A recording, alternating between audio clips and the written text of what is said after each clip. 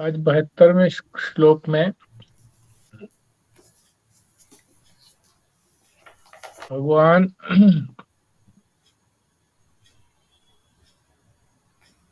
जो प्रवचन करता है, वक्ता है, उसका क्या कर्तव्य है ये बताते हैं।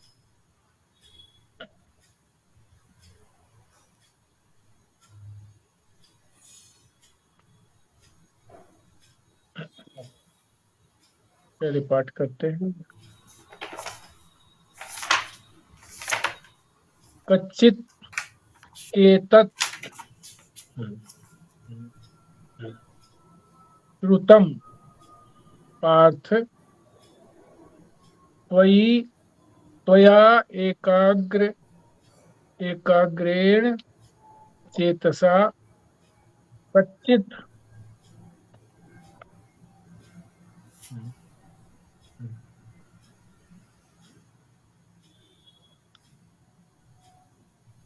अज्ञान सम्मोह प्रनष्टे प्रनष्टः ते धनंजय।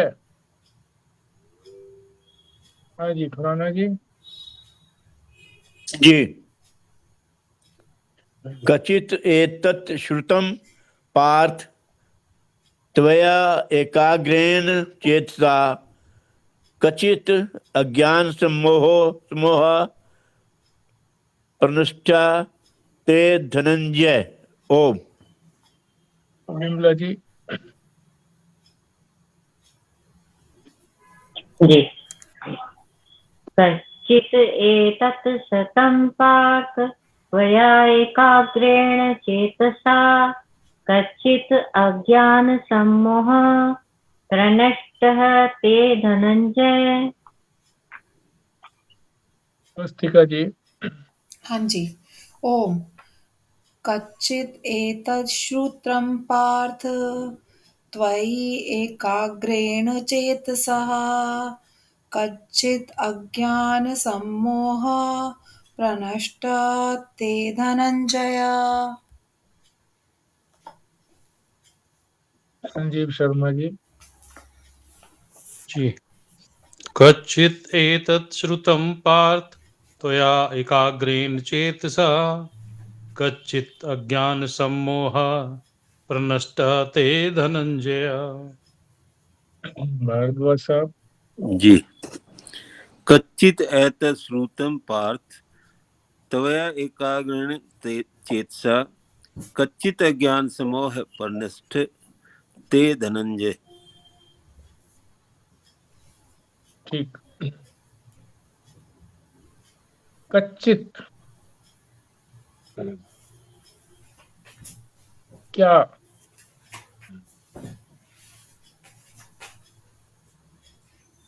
एतत् इसको, किसको? गीता शास्त्र को।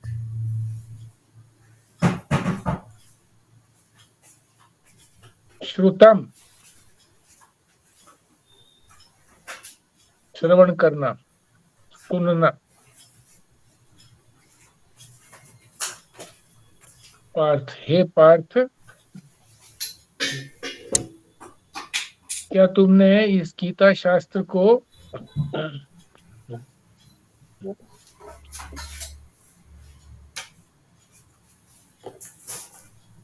सुना है? कैसे? एकाग्रेण, एकाग्र चित्त से।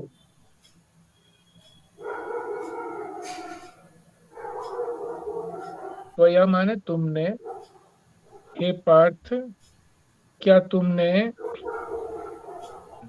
इस गीता शास्त्र को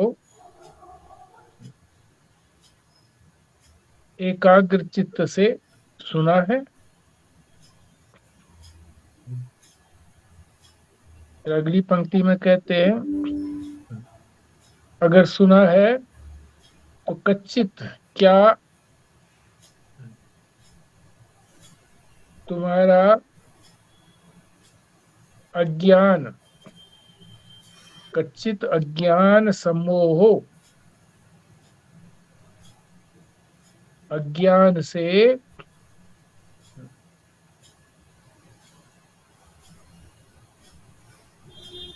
जो मोह प्रकट है, मोह है तुम्हारा जो अज्ञान से निकला है,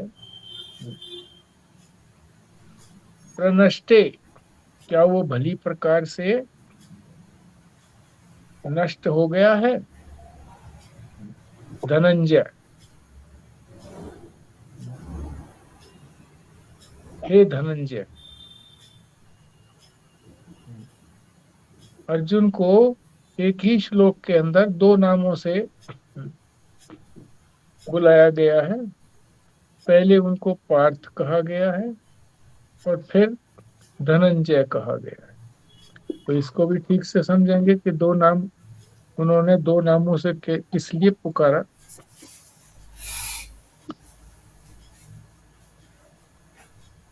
हे पार्थ,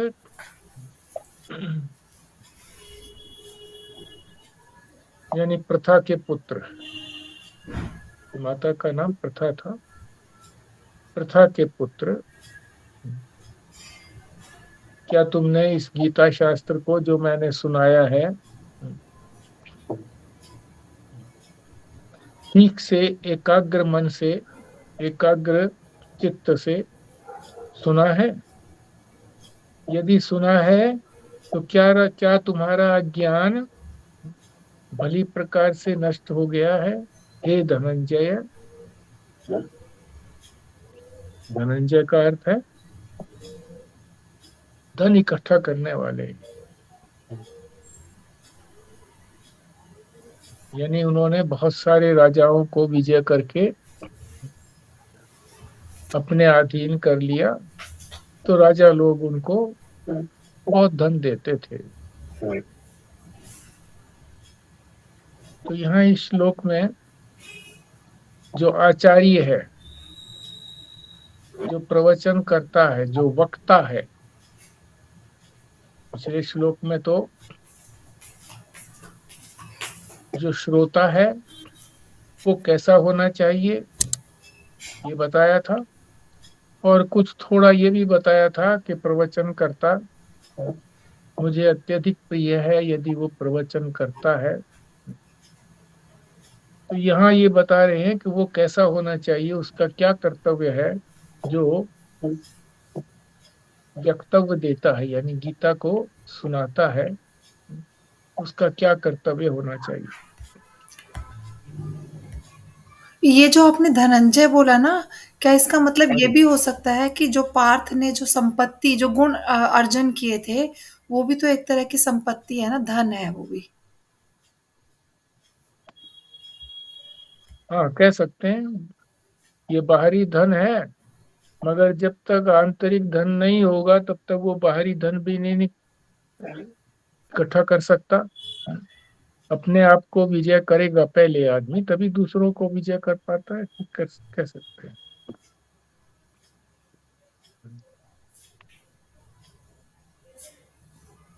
तो आचार्य के लिए ये नियम बताया गया है शास्त्र के अंदर कि जो इस शास्त्र का उपदेश करने वाला है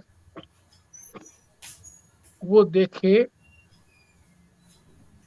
कि शिष्य को उस शास्त्र का तात्पर्य भली प्रकार से ग्रहण हो गया है या नहीं, और इस बात का पता लगाने के लिए कि उसका ज्ञान नष्ट हो गया है और बंधन जो है वो निवृत्त हो गया है, यही इसका प्रमाण है।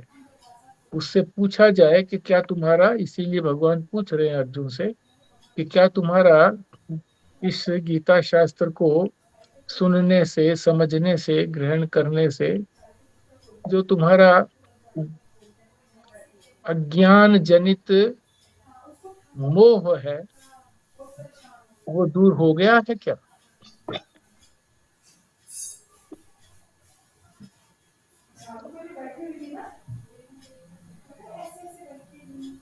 तो ये पूछने से ही पता लगेगा, और कोई मापदंड नहीं है क्योंकि अज्ञान किसको है? जो शिष्य है, सुनता है, उसी को अज्ञान है। और अज्ञान की निवृत्ति का भी किसको पता लगेगा? उसी को पता लगेगा। और यही तो फल है उसका। अज्ञान निवृत्ति का फल क्या है?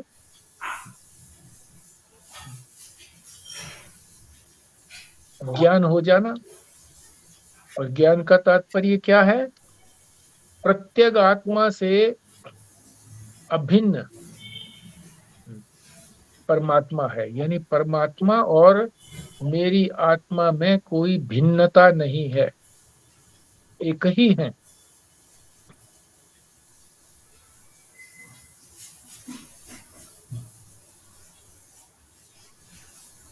अब एक महत्वपूर्ण बात जो पहले भी बताई थी, 66वां श्लोक समाप्त होते ही बताई थी, क्या? कि परमात्मा की प्राप्ति ज्ञान से होती है, क्रिया से नहीं। करने से पर प्राप्ति नहीं होती परमात्मा की। प्राप्ति का क्या तात्पर्य है? परमात्मा की प्राप्ति का तात्पर्य क्या है? सच्चिदानंद रूपता, कि सच्चित आनंद की प्राप्ति।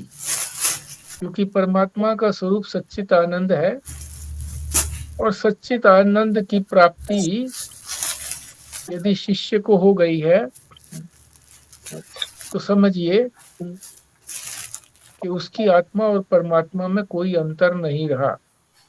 प्रत्यक अभिन्न परमात्मा। केवल सच्चिदानंद की प्राप्ति ही नहीं, साथ साथ बंधन की भी निवृत्ति है। बंधन की निवृत्ति का तात्पर्य है जो हम ये संसार रूपी बंधन, जन्म मरण का बंधन, कर्तव्य और भोक्तृत्व का बंधन,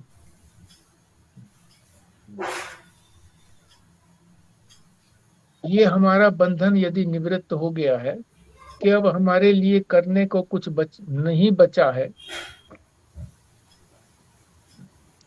अब हमें मरने का कोई भय नहीं है, और मरने का भय नहीं है, जन्म भी नहीं है,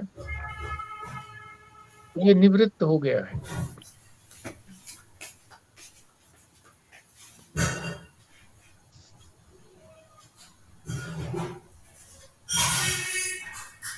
यहाँ इसीलिए कह रहे हैं भगवान कि ज्ञान की प्राप्ति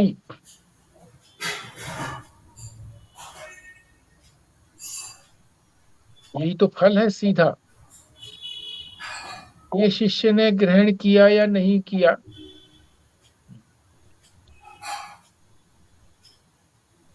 ये गुरु का दायित्व है। यदि उसको ग्रहण नहीं हुआ है तो गुरु का कर्तव्य है कि वो और प्रयत्न करके, यत्नांतर यानी और प्रयत्न करके, भिन्न रूप से कोशिश करके, किसी युक्ति से, तरकीब से, किसी अन्य उपाय से, किसी दृष्टांत से इस ढंग से समझाए कि श्रोता की समझ में आ जाए। शिष्य का कर्तव्य तो वक्ता के पास आने का ही है बस। यदि गुरु के पास पहुंच गया तो फिर बंधन की निवृत्ति, उसके बंधन की निवृत्ति का कर्तव्य गुरु का ही है। क्यों? क्योंकि परमात्मा तो अतीन्द्रिय पदार्थ है, इंद्रियों से उसकी प्राप्ति नहीं होती। किसी प्रत्यक्ष प्रमाण से उसका ज्ञान नहीं हो सकता। हमारी इंद्रियां तो प्रत्यक्ष के लिए ही प्रमाण है। शब्द, स्पर्श, रूप, रस, गंध, ये 5 विषय हैं सारे संसार में।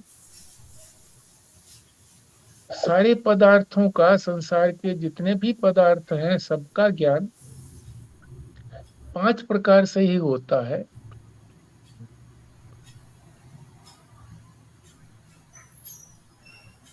क्योंकि जानने के साधन 5 ही है हमारे पास। 5 ज्ञानेंद्रियां, आंख, कान आदि हैं।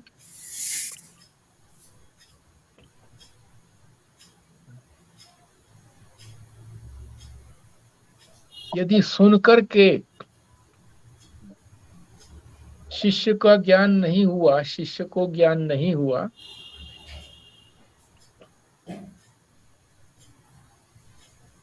उसमें समझने की बुद्धि, उस शास्त्र को, उस वक्तृत्व को सुनने की बुद्धि यदि उसमें ठीक प्रकार से उत्पन्न नहीं हुई, तो वहां बताने वाले का दोष माना जाएगा। क्योंकि जहां कुछ करने के लिए समझाना होता है कि समझा दिया अब करो, वहां तो शिष्य का दायित्व आ जाता है कि वो करे, उसे खुद करना पड़ेगा। और जहां केवल बताना भर है गुरु को,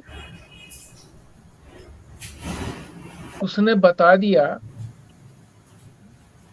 और ज्ञान नहीं हुआ, तो इसका तात्पर्य ठीक प्रकार से नहीं बताया, फिर प्रयत्न करे, दूसरे ढंग से समझाए। तो जो संसार में जो गुरु शिष्य का रिलेशन है, उसमें तो फिर दोनों की रिस्पॉन्सिबिलिटी है ना, क्योंकि ये तो क्रिया से आएंगी चीजें। हाँ हाँ, बिल्कुल ठीक बात है। वहां संसार का जो भी फल मिलता है वो क्रिया से मिलता है, करने से मिलता है, करेंगे तो होगा। धर्म भी करने से ही होता है। धर्म की शिक्षा कितनी ही दे दो, यदि नहीं किया जाएगा धर्म, तो धर्म होगा नहीं। केवल सुनने भर से या सुनाने भर से बात नहीं बनेगी। जिसने सुना है उसको पालन करना पड़ेगा। यहाँ तो केवल कुछ करने की बात नहीं है, बस समझने की बात है। जो बुद्धि उल्टी हुई है वो सुनने से सीधी हो जाती है, समझ आ जाती है।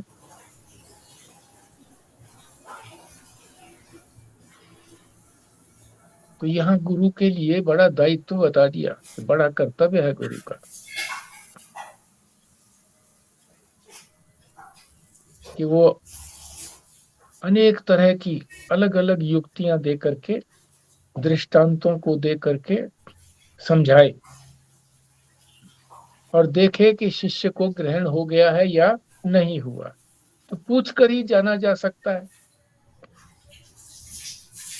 क्योंकि उसको ज्ञान हुआ या नहीं हुआ ये तो स्वयं शिष्य को मालूम है। इसीलिए इसको कहा जाता है स्वयं संवेद्य।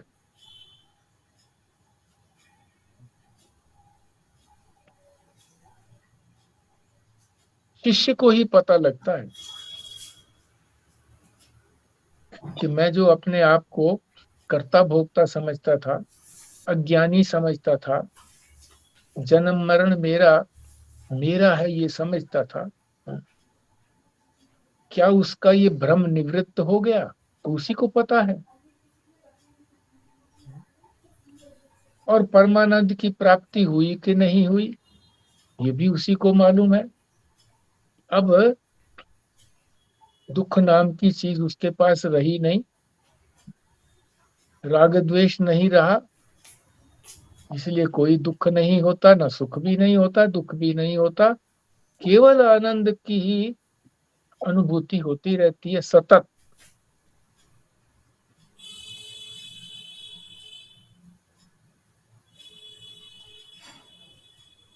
यदि शिष्य कहता है कि नहीं अभी मेरा ज्ञान नष्ट नहीं हुआ है, अभी मुझे मृत्यु से भय है, अभी मुझे स्वतंत्रता नहीं अनुभव में आ रही है, मुझे लगता है कि मैं बंधा हुआ हूँ, मोह से बंधा हुआ हूँ, तो फिर से समझाया जाए।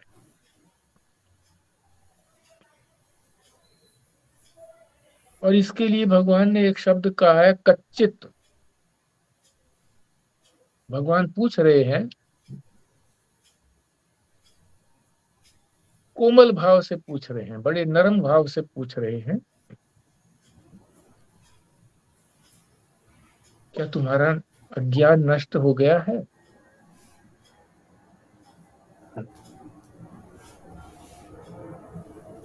जैसे भोजन कराते समय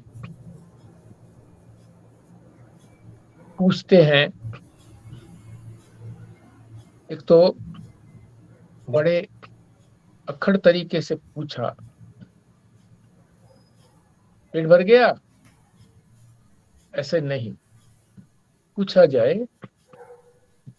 क्यों भाई, ठीक से खा लिया तुमने? है तो ये भी प्रश्न ही, पर ये बड़े कोमल भाव से पूछा गया है।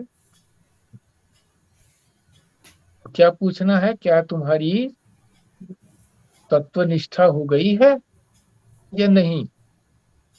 तत्व को जान गए हो कि नहीं? हर समय तत्व में बने रहते हो कि नहीं?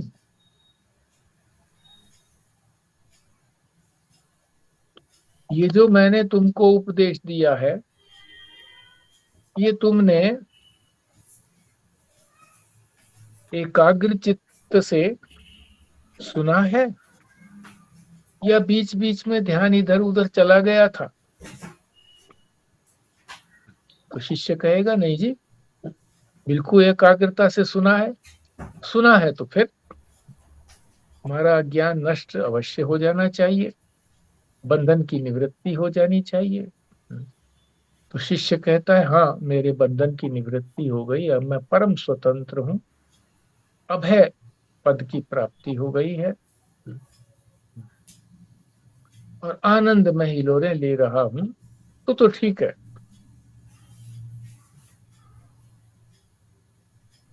अन्यथा चाहे कितनी ही बार प्रयत्न करना पड़े, करे।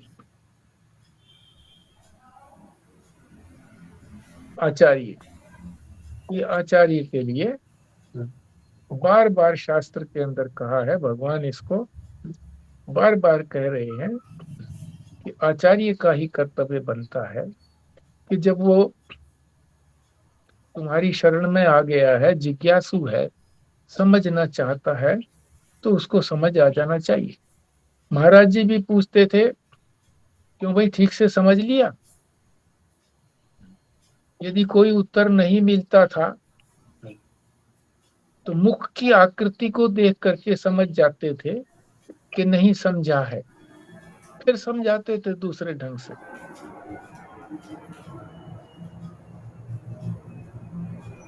पार्थ शब्द को बता रहे हैं भगवान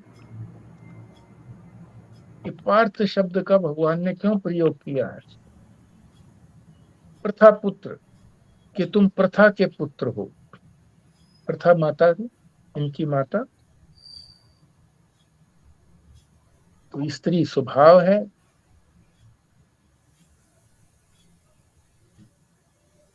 स्त्री स्वाभाविक रूप से कोमल भाव वाली होती है, लड़ाई झगड़ा स्वाभाविक रूप से नहीं करती है,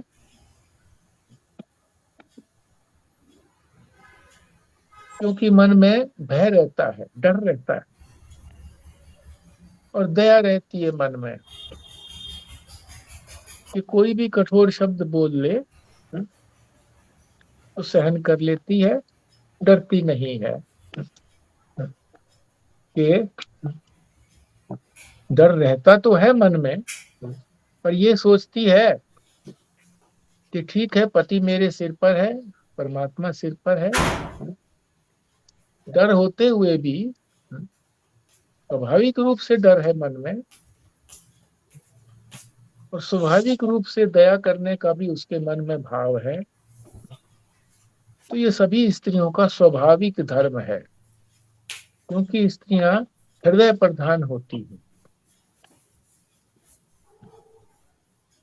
और इसलिए थोड़ा बहुत प्रमाद भी हो सकता है, क्योंकि बात को पूरी नहीं सुनती हैं, बीच बीच में कुछ और सोचने लग जाती हैं। तो महाराज जी कहा भी है, महाराज जी ने, कि बातें करते करते कहाँ की कहाँ पहुंच जाती हैं, स्वयं पता नहीं होता कि हमने क्या बात शुरू की थी और अब कहाँ पहुंच गई है।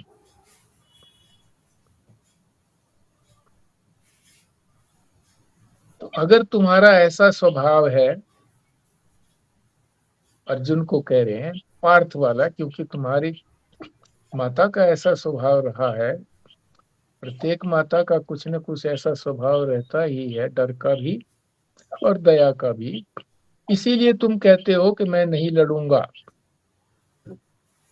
तो ये तुम्हारे अंदर माता का स्वभाव आया है और इसीलिए तुमने ठीक से श्रवण भी नहीं किया है। यदि किया है तो तुम्हारा अज्ञान नष्ट हो गया होगा और सम्मोह भी तुम्हारा दूर हो गया होगा, मोह भी दूर हो गया होगा। अब यहाँ जो रहस्य की बात है, थोड़ा वो भी समझ लें।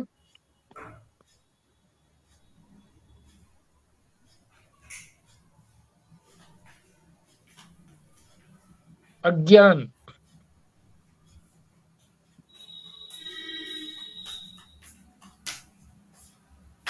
हमें दुख क्या देता है? क्या ज्ञान हमको दुख देता है? आप सभी सोच करके बताइए कि क्या हमें अज्ञान दुख देता है?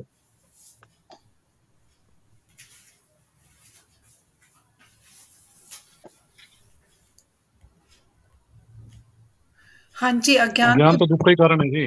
हाँ अज्ञान जी। ही तो दुख का कारण, अज्ञान ही तो दुख का कारण है जी। और कोई बोले?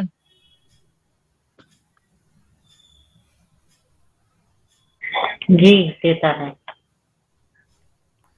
वैसे तो अगर छोटी छोटी चीजों का भी अज्ञान होता है ना, जो संसार में भी अगर हमें किसी चीज का ज्ञान ना हो तो उसकी वजह से हमें बाद में कष्ट होता है और हमें लगता है अगर हमें पहले से पता होता तो अच्छा हो जाता है इसके बारे में। और ईश्वर का अज्ञान तो फिर ज्यादा ही दुख देगा। देखो सुषुप्ति में क्या है, अज्ञान ही तो है सुषुप्ति में। तो क्या वहां पर दुख है? दुख नाम की चीज है ही नहीं। गहरी नींद जब आती है तो कितना बड़े से बड़ा दुख हो उस समय में नहीं होता, क्योंकि अज्ञान की गहनता होती है सुषुप्ति के अंदर। और उठ करके बोलता भी है कि मुझे कुछ पता नहीं रहा। अज्ञान था, घोर अज्ञान था। जागृत में तो ज्ञान रहता है, स्वप्न में भी ज्ञान रहता है, दुख और सुख का अनुभव होता है दोनों में। पर गहरी नींद के अंदर तो कभी दुख होता ही नहीं है। तो अज्ञान दुख का कारण नहीं है। तो दुख का कारण कौन है? अज्ञान का कार्य।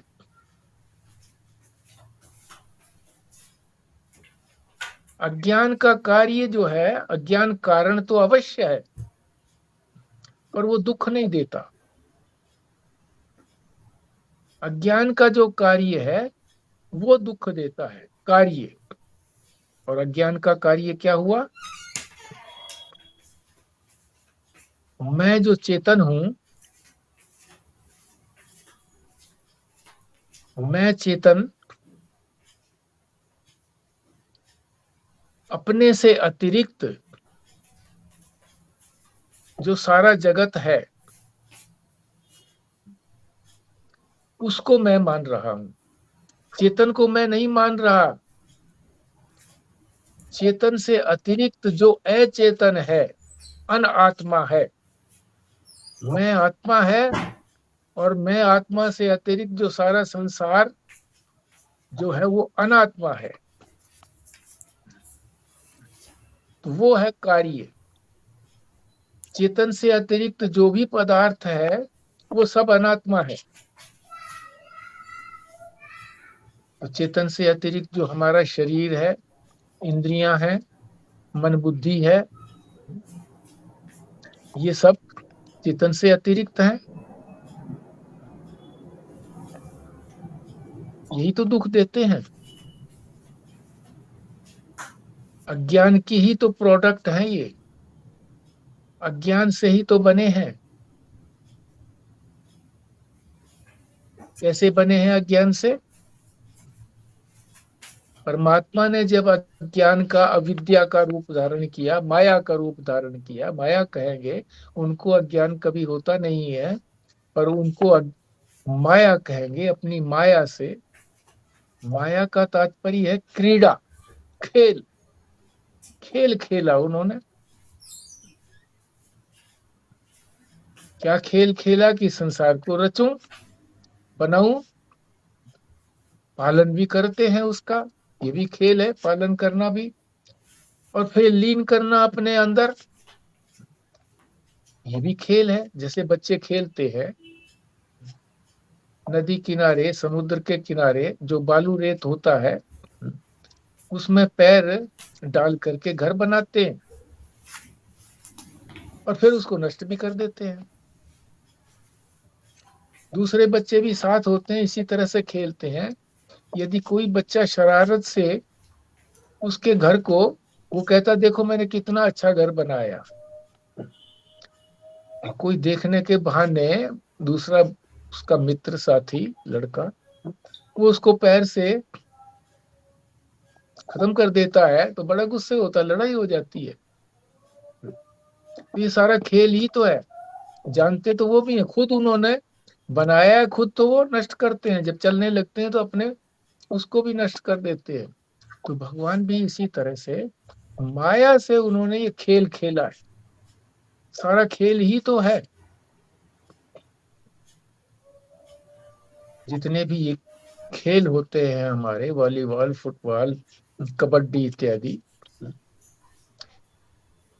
ये दो पाले बनाते हैं, सीमाएं बनाती हैं कि एक में ये खिलाड़ी रहेंगे, दूसरे में ये खिलाड़ी रहेंगे, और ये हमारी बीच की रेखा है। क्या ये उनकी बन गई? क्या उनकी भूमि तो नहीं बनी है। पाला बदल भी लेते हैं, एक बार जीत हार होने के बाद फिर कहते हैं इस पाले में तुम आ जाओ, इस पाले में आ जाते हैं। इस तरह से भी बदल लेते हैं कि कोई इसके अंदर, किसी एक पाले के अंदर कोई किसी को सूर्य की किरण से, किसी हवा से प्रतिबंध अनुभव आता हो, तो दूसरे पाले में आकर के वो ठीक हो जाएगा। तो खेल है एक तरह से, हर बार खेलते हैं। इसी तरह से सारे खेल हो रहे हैं। तो परमात्मा का ये खेल है। माया का मतलब खेल। तो परमात्मा ने ये खेल खेल में रचा है, तो कोई सच्ची बात नहीं है। कल भी इस विषय पर चर्चा हुई थी। कल दूसरा शब्द था उसके लिए। क्या शब्द था, आपको याद है? हाँ जी, लीला था। लीला था। हाँ, लीला। तो लीला कहो, क्रीड़ा कहो, खेल कहो, तो ये सारा संसार जो है ये सच्चा नहीं है।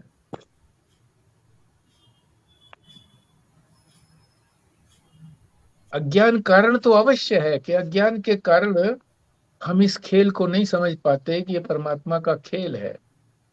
हम इसमें फंस जाते हैं कि ये तो वास्तविकता है।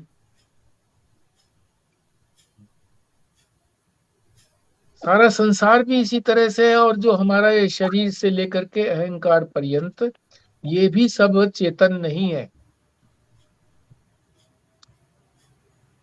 आत्मा नहीं है। आत्मा तो चेतन होता है, ये सब अनात्मा है। अज्ञान किसको कहेंगे? कि चेतन जब अचेतन को आत्मा, यानी चेतन आत्मा जब अनात्मा को मैं मान लेता है तो ये कहलाता है अज्ञान। इसी को अध्यास भी कहते हैं। अज्ञान कहो या अध्यास कहो।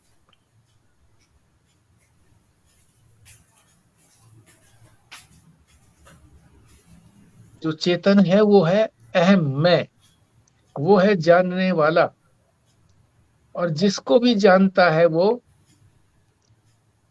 अनात्मा है, वो जानी गई वस्तु है। जानने वाला जानी गई वस्तु से अलग होता है, स्पष्ट बात है।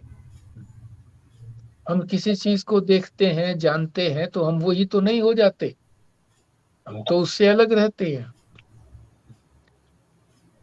पर जब हम उसमें मैंपना जोड़ देते हैं कि ये मैं ही हूं, तो यही तो अज्ञान है। इसी को अध्यास कहा जाता है।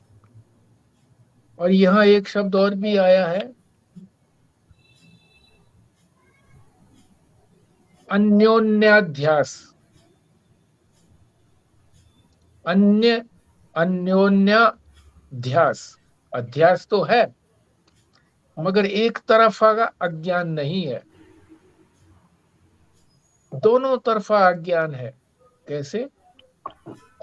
जैसे कोई आए, खड़ा होकर के कोई उसका स्वागत करे, जप्फी भर ले, और वो वैसे के वैसे खड़ा रहे हाथ नीचे किए हुए, तो उसने तो उसको स्वीकार किया, दूसरे ने नहीं स्वीकार किया। यदि वो भी इसी तरह से जप्फी पा लेता है तो दोनों आपस में उन्होंने जप्फी पा ली। इसी तरह से ये एक तरफा अज्ञान नहीं है कि चेतन जो है वो अनात्मा को मैं मान लेता है, बल्कि अनात्मा अपने आप को चेतन मान लेता है। आत्मा अनात्मा को मैं मान लेता है और अनात्मा आत्मा को मैं मान लेता है। ये दो तरफा अज्ञान है, दो तरफा अध्यास है। इसी को कहते हैं अन्योन्याध्यास।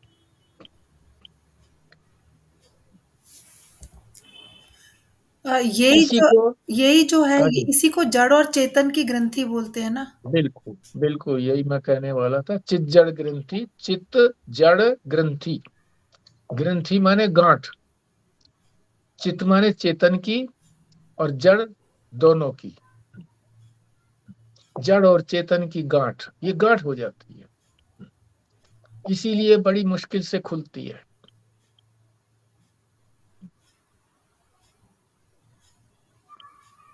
चेतन जो पूर्ण होता है, चेतन के अतिरिक्त और कुछ होता ही नहीं है, क्योंकि वो अद्वितीय है। क्योंकि जो सारा संसार है वो तो मायावी है, खेल है, रचना किया हुआ है, सत्य नहीं है। अगर ना एक ही गांठ पड़ी हुई हो ना, वो खुल भी जाती है, एक ही बार बांधा हुआ हो। पर अगर डबल होती है तो वो खुलती नहीं। ये हमारा संसार का भी अभ्यास है। तो अभी आप इसको थोड़ा सा और बताना कि कैसे आत्मा ने अनात्मा को मान लिया और अनात्मा ने आत्मा को मान लिया है। हाँ ठीक है। जैसे चेतन जो है वो तो पूर्ण है, चेतन के अतिरिक्त कोई और है ही नहीं, तो वही पूर्ण है, उसके टुकड़े नहीं होते। अपरिच्छिन्न है, सीमित नहीं है, वो असीमित है, व्यापक है चेतन। इस अपने मैं पने को, जो पूर्ण है, इसको हम अपूर्ण समझने लगते हैं कि कोई न कोई हमारे में कमी है। और वो कमी हमें तीन प्रकार से मालूम होती है: देश, काल और वस्तु। इस देश में तो मैं हूं, यानी इस स्थान पर तो मैं हूं, देश माने स्थान। दूसरे स्थान पर मैं नहीं, कमी हो गई, इसीलिए जाना आना बना रहता है। काल, अब तो मैं हूं, 50-60 साल पहले, 70 साल पहले मैं नहीं था, आगे 50-60 साल बाद मैं नहीं रहूंगा। ये भी सीमा हो गई, देश की सीमा, काल की सीमा, वस्तु की सीमा। ये शरीर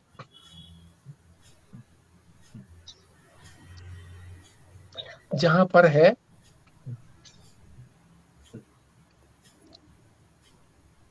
वहां पर दूसरी वस्तु नहीं है। जहां दूसरी वस्तु है वहां पर मैं नहीं हूं, मेरा शरीर वहां पर नहीं है। तो ये 3 प्रकार की सीमाएं हैं, और भी अनेक सीमाएं हैं कि हम अपने आप को व्यक्तित्व में बांध लेते हैं कि मैं क्या हूं, ब्राह्मण हूं,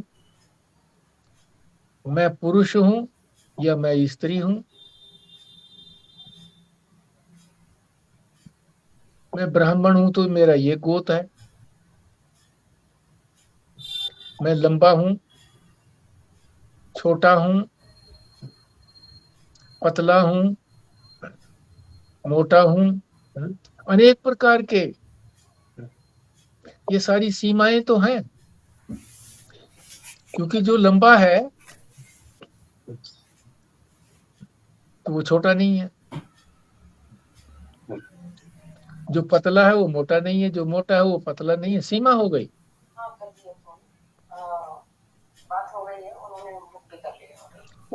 अमुक देश का रहने वाला हूं, अमुक कार्य को करने वाला हूं। अनेक प्रकार की सीमाएं हैं, इसी को परिच्छिन्नता कहते हैं। भैया मेरा सूट बन जाए तो बता देना। हूं मैं इसके विपरीत पूर्ण हूं, प्रत्यक हूं। प्रत्यक, प्रत्यक माने मैं रूप से, अन्य रूप से नहीं हूं, पर मैं अन्य को भी मैं मान लेता हूं। ये शरीर आदि मेरे से अन्य है, इनको मैं मान लेता हूं, मैं ही शरीर हूं, मैं ही इंद्रियां हूं। हूं मैं अकर्ता, कि जब कोई और है ही नहीं, कोई स्थान और है ही नहीं, सर्वत्र मैं ही व्यापक हूं, तो कर्म करने के लिए तो स्थान भी चाहिए। एक कर्म करने वाला होना चाहिए, एक जिस पर कर्म किया जाता है वो होना चाहिए। जब द्वैत है ही नहीं तो कर्तापन भी कहाँ है। पर अपने आप को मैं कर्ता मानता हूं कि मैं ये करता हूं, मैंने ये किया, मैं ये करूंगा, मैंने ये प्राप्त किया है, ये और प्राप्त करूंगा। कर्ता भोक्तापना।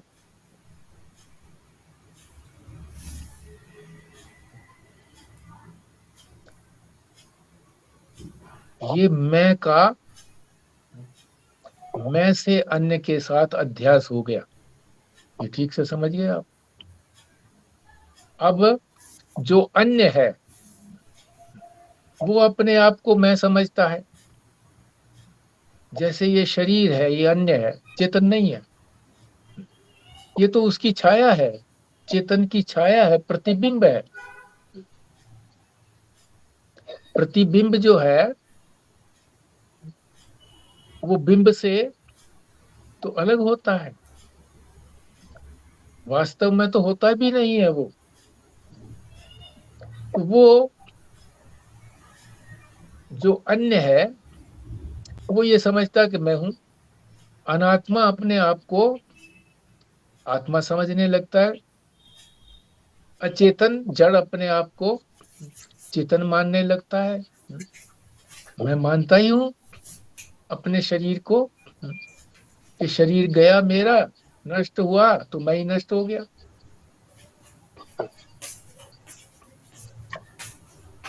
यद्यपि ऐसा होता नहीं है। तो ये अनात्मा का आत्मा को मैं मानना हो गया। इसी तरह से जितने भी ये कर्तव्य हैं, इनमें मैं बुद्धि ले आता कि मैं करता हूं, यानी चेतन करता है, कर तो मैं रहा हूं, पर वहां अपने आप को मैं कहने लगता है कि मैं चेतन, मैं कर रहा हूं। अनात्मा का आत्मा में अध्यास, अनात्मा अपने आप को चेतन मानने लगती है, जड़ अपने आप को चेतन मानने लगता है, सीमित अपने आप को ये कहने लगता है कि मैं तो असीमित हूं। कैसे असीमित हूं? मेरे अतिरिक्त कोई है ही नहीं, मैं कोई सबसे बड़ा मानते हैं हम अपना शरीर को ही, कि मैं से अतिरिक्त हम अपने स्वार्थ को ही केंद्रित करके अपने आप को मैं मानते हैं, उसी को व्यापक समझने लगते हैं कि मैं ही हूं बस, और कोई है नहीं। कोई है तो मेरा, जो मेरा हित करने वाला है वही होगा, वो नहीं है। तो ये दोहरा जो है ना, आपस में दोहरा अध्यास है, एक तरफा अध्यास नहीं है। इसीलिए ये जो गांठ है, ये बड़ी क्लिष्ट गांठ है, कठिनाई से खुलने वाली गांठ है।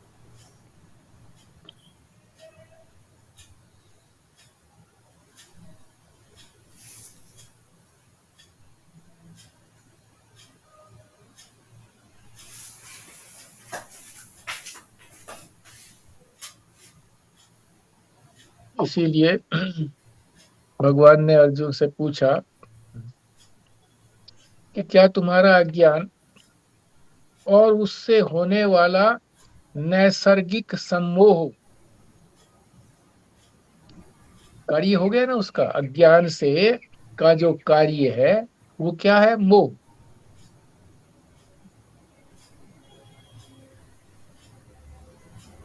नैसर्गिक, नैसर्गिक कहते हैं प्राकृतिक, उसके लिए कोई प्रयत्न नहीं किया गया, मोह लाने का कोई प्रयत्न नहीं किया गया, जन्म जन्मांतर से चला आ रहा है, उसको कहते हैं नैसर्गिक, जो पीछे से प्राप्त हुआ है।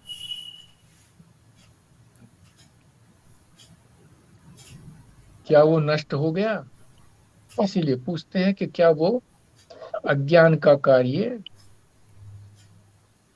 सम्मोह नष्ट हो गया?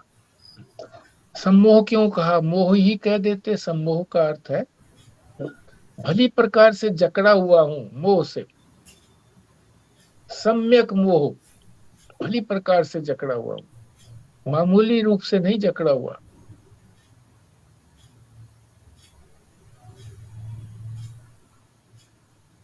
ये नष्ट हो गया कि नहीं नष्ट हुआ? तो नष्ट कहने से भी काम चल सकता था, पर यहां पर भगवान ने नष्ट नहीं कहा, प्रनष्ट, प्रकृष्ट रूप से नष्ट होना, भली प्रकार से नष्ट हो जाना, कि फिर दोबारा से अज्ञान आ ना पाए।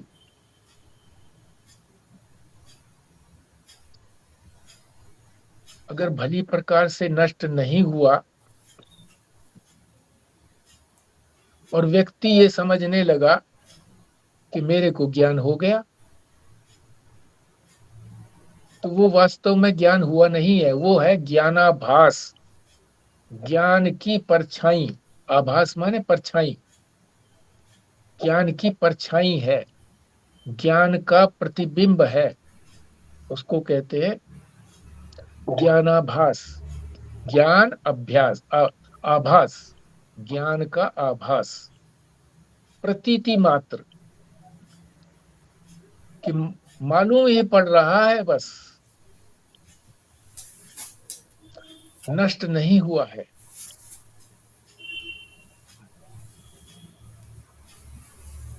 बोध न होने पर भी अपने आप को मान रहा है कि मुझे ज्ञान हो गया, तो ये ज्ञानाभास है। क्यों? क्योंकि उसने अज्ञान के कार्य को नष्ट नहीं किया है। अज्ञान तो कारण है, और मोह उसका कार्य है। तो कार्य भी नष्ट होना चाहिए, कारण भी नष्ट होना चाहिए। कारण सहित कार्य का विनष्ट होना, उसी को कहते हैं दृढ़ ज्ञान। अन्यथा तो ये ज्ञान का आभास है, परछाई है ज्ञान की। खाली मोह ही है क्या ज्ञान अज्ञान का कारण? और भी तो है। मोह का अर्थ अविवेक। अविवेक से हम अनेक चीजों को जो वास्तव में वो नहीं है, उनको मैं मानने लगते हैं। जितनी भी ये सारी अनात्मा है, सारे काम, क्रोध, लोभ, मोह, अहंकार, ये सारे उसी के तो कार्य हैं।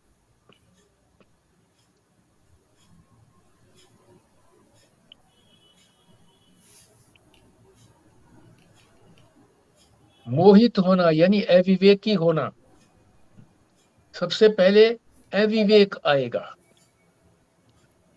इसीलिए सबसे पहले निवृत्ति करने के लिए विवेक की बात बताई जाती है कि विवेक, वैराग्य, षट संपत्ति और मुमुक्षा, जो चार बहिर साधन है, साधन चतुष्ट है, उसमें सबसे प्रथम विवेक है, वो करना है। क्योंकि अविवेक से ही सारी वस्तुएं उत्पन्न होती हैं। है रस्सी, ठीक से उसको नहीं जाना, सर्प जान लिया कि ये तो सर्प है। केवल प्रतीत हो रहा है, सर्प नहीं है।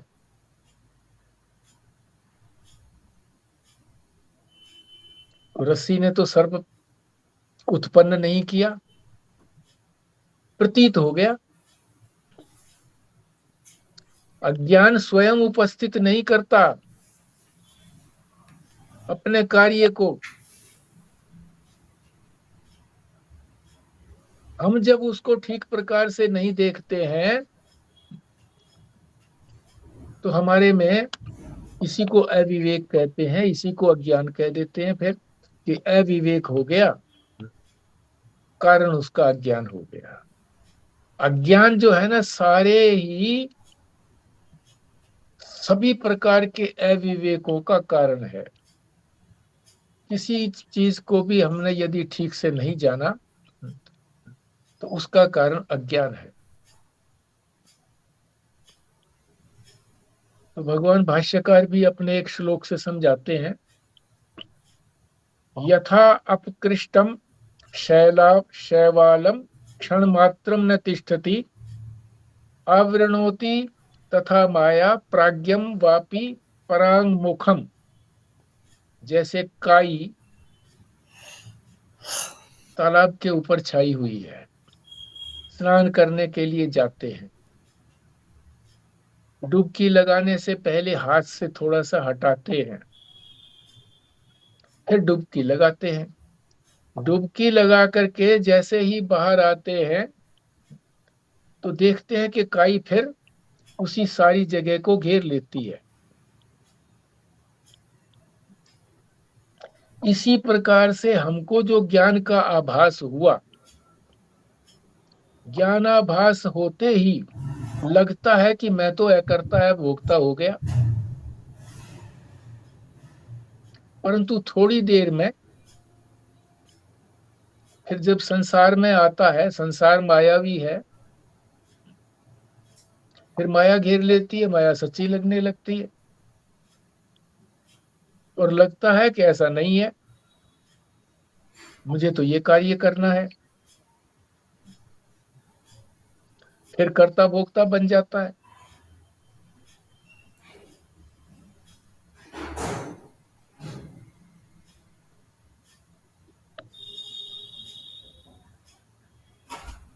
तो भाष्यकार, भगवान भाष्यकार ने क्या कहा है, प्राज्ञम वापि परांग मुखम। शास्त्र को पढ़कर भी संसार जो अनात्मा है, प्राज्ञम यानी जान करके भी, शास्त्र ने बताया कि संसार जो है वो अनात्मा है, ये जान लिया। वापी, ऐसा होने पर भी, परांग मुखम, अपने से भिन्न, उसको कहते हैं पराक।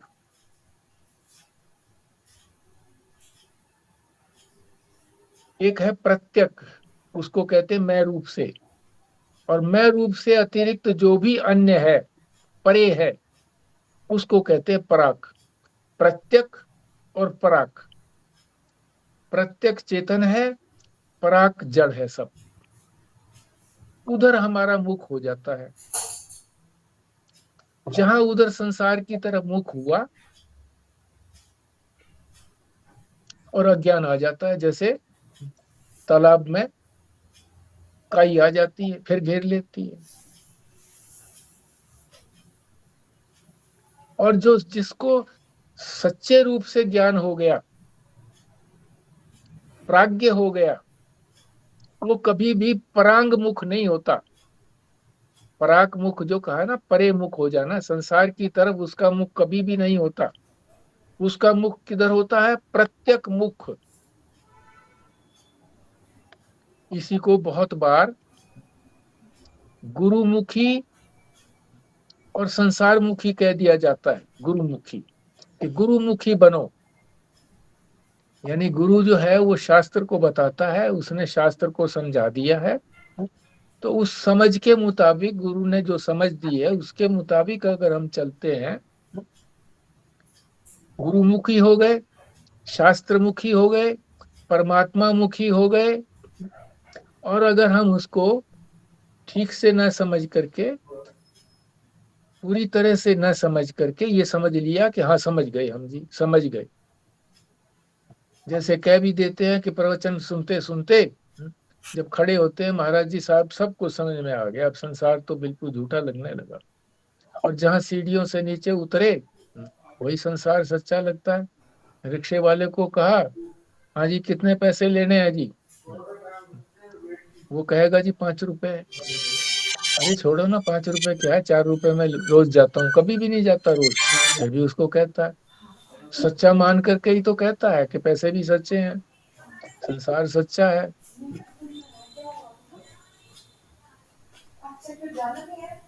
तो परांग मुख फिर कभी परांग मुख नहीं होता यदि उसने ठीक प्रकार से, उसका ज्ञान प्रनष्ट हो गया है। भगवान ने जो प्रनष्ट कहा है ना, प्रकृष्ट रूप से नष्ट हो जाना, पूरी तरह से नष्ट हो जाना, भली प्रकार से नष्ट हो जाना, उसको कहते हैं प्रनष्ट। तो फिर उसको दोबारा से संसार की तरफ मुख नहीं करता कि संसार की प्राप्ति के लिए कोई प्रयत्न करे, संसार को सच्चा माने, नहीं मानता है। हमेशा परमात्मा की तरफ ही मुख रहता है।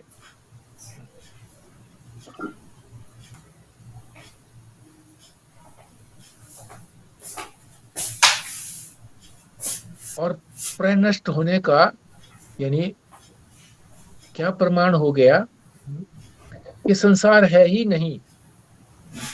जब परमात्मा ही एकमात्र अद्वितीय है, द्वैत है ही नहीं, दूसरा कोई है ही नहीं, तो ये संसार कैसे हो सकता है?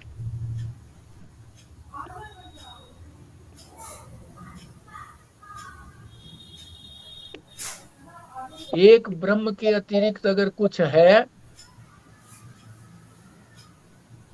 तो यही परांग मुक्ता है, यही तो अज्ञान है। अज्ञान से ही वो परांग मुक्ता हुई है।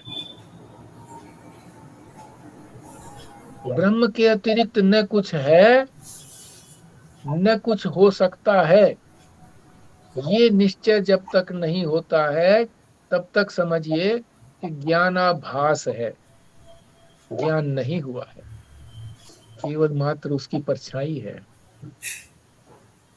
तो आज यहीं तक रहने देते हैं। तो आज हमने मुख्य मुख्य बातें क्या की? एक तो जो वक्ता है उसका कर्तव्य स्पष्ट रूप से भगवान ने बता दिया कि उसका ये कर्तव्य है कि वो शिष्य को किसी भी प्रकार से, कैसे भी हो, युक्तियों से, उदाहरण से उसको समझाए, पूछे कि क्या तुम्हारा ज्ञान नष्ट हो गया है? ठीक से बात यदि समझ ली है, एकाग्र होकर के सुन लिया है, तो निश्चित है कि उसका ज्ञान नष्ट हो गया होगा। एक तो ये बात बताई।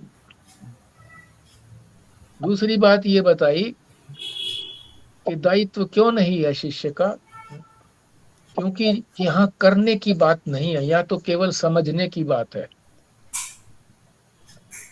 करने में तो शिष्य का दायित्व बन जाता है, गुरु समझा देता है, शिष्य उसका पालन करे, नहीं पालन करता है तो उसका ही दायित्व हो गया। यहाँ तो समझना भर है, इसलिए वो ठीक प्रकार से समझाया नहीं गया है, तो ठीक प्रकार से बार बार उसको समझाए, ये बात कही। फिर ये बताया कि ज्ञान अज्ञान नष्ट हो गया, इसका कैसे, क्या प्रमाण है। इसका स्वयं प्रमाण शिष्य ही है, वही बताएगा कि मेरा कर्ता भोक्तापना नष्ट हो गया है, अब मैं कर्ता नहीं हूं, भोक्ता भी नहीं हूं, जन्म मरण का जो भय था वो भी मेरा दूर हो गया, अब मैं बंधन भी नहीं मानता किसी तरह का, परम स्वतंत्र हूं। स्वयं संवेद्य विषय है। तो फिर ये भी कहा कि गुरु यदि पूछता है उससे तो बड़े कोमल भाव से पूछे, डांट करके नहीं। फिर पार्थ को भी स्पष्ट किया कि तू प्रथा का पुत्र है, इसलिए तेरे में भय और दया आ गई है अपने संबंधियों के प्रति, और लड़ाई से विमुख होना चाह रहा है। यदि तुमने एकाग्रचित से मेरी बात को सुना है तो तुम्हारा अज्ञान और उसका कार्य समेत कारण की निवृत्ति हो जानी चाहिए। अज्ञान दुख नहीं देता है, अज्ञान का कार्य ही दुख देता है। अज्ञान का कार्य क्या है? शरीर से लेकर के अहंकार तक मैं मानना, इसको अहंकार भी कह सकते हो कि अहंकार ही कारण है। अज्ञान का कार्य अहंकार है, अहंकार कार्य है अज्ञान का। उसी से ये सारे जितने भी अंग हैं ये उसके कार्य बन गए। सारा संसार भी कार्य है, उस अज्ञान से ही तो जाना जाता है, अज्ञान के ही कार्य है। अज्ञान दुखदाई नहीं है, क्योंकि अज्ञान सुषुप्ति में कोई दुख देने वाला नहीं है। जब जगते हैं तब अज्ञान के कार्य, हमारे जो इंद्रियां आदि हैं, शरीर आदि हैं, मन आदि, अंतःकरण आदि, ये कारण बनते हैं। इन्हीं को दुख या सुख होता है, चेतन को दुख सुख नहीं होता है। इनके कारण यहाँ पर जो ये अज्ञान के कार्य हैं, इनके कारण दुख सुख होना आवश्यक है। फिर अन्योन्याध्यास की बात बताई, अज्ञान को अध्यास का ही बताया कि अज्ञान और अध्यास एक ही है, मगर अन्योन्याध्यास यानी एक दूसरे का। चेतन ने अपने आप को, जड़ को चेतन मान लिया है, और जड़ ने अपने आप को चेतन मान लिया। चेतन ने जड़ को चेतन मान लिया, और जड़ ने अपने आप को चेतन मान लिया। चेतन ने जड़ को मैं मान लिया, जड़ ने चेतन को मैं मान लिया, तो ये है अन्योन्याध्यास। फिर प्रनष्ट की बात बताई कि नष्ट हो जाना तो केवल एक ज्ञानाभास है, परछाई है ज्ञान की। प्रनष्ट का तात्पर्य है कि कार्य सहित कारण का नाश, कि दोबारा से फिर होने की संभावना नहीं है। यहां तक का हमने किया है, कल करेंगे। और इसमें जो भी शंका हो तो कल आप प्रस्तुत करना।